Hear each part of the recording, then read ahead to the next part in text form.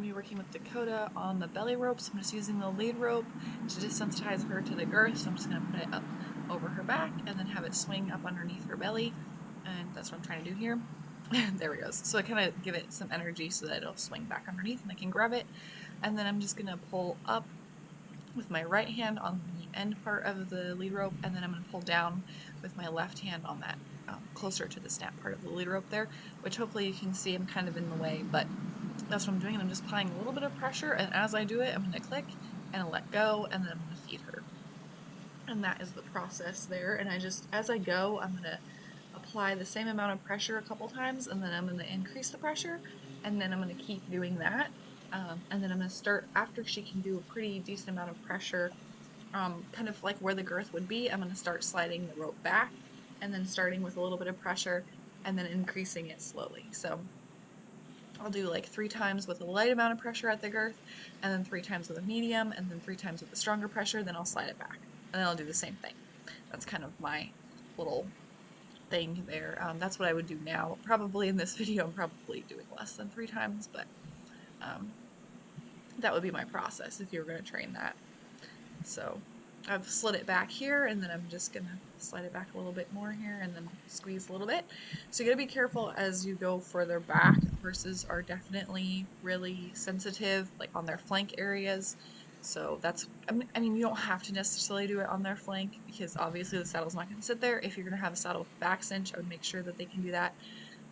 But I just like to go kind of all the way back to the flank, just so that they're familiar with having pressure there. So if something were to happen, they're kind of familiar with that. Hopefully that doesn't happen, because really, you can, like, if your saddle slides back there, like, that's a completely different pressure, and that's, you're gonna have a problem. But I just like to go all the way to the flank just to do some extra desensitizing and make sure that she's comfortable with that.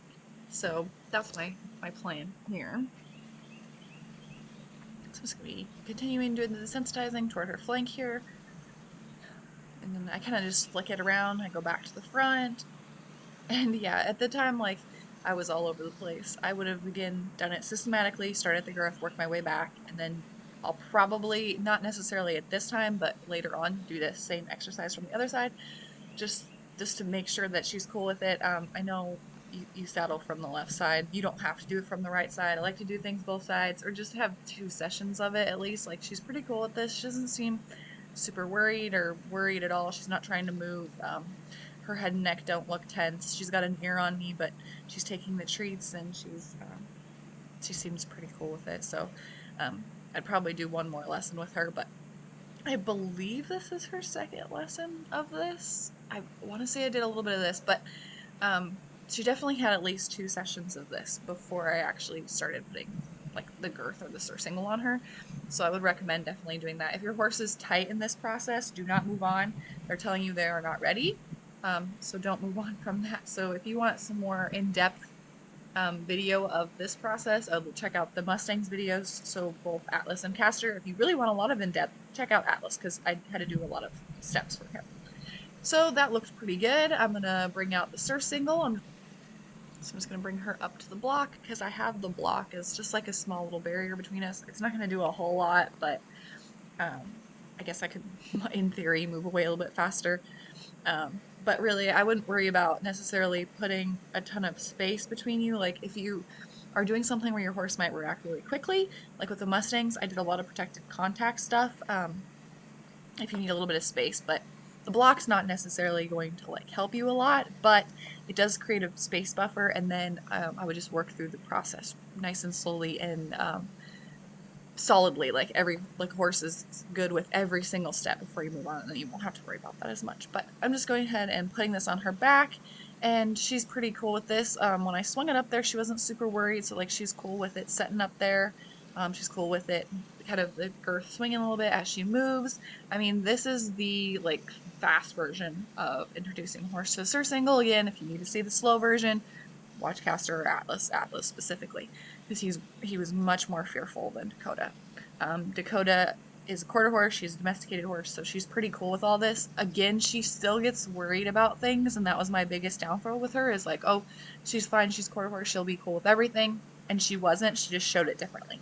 Right now, she's not really showing me that she's worried about this. She walked really calm and relaxed. Her head and neck isn't moving. She's not fidgeting around. She's not moving away from me. So she seems pretty good. So I have the green light to move on here. So I'm just going to reach for the girth. I'm just pulling it up with my hands. I'm pulling down on those like billet straps on the actual surcingle part, and then just applying a little bit of pressure. I'm clicking and then letting go of the girth and then feeding.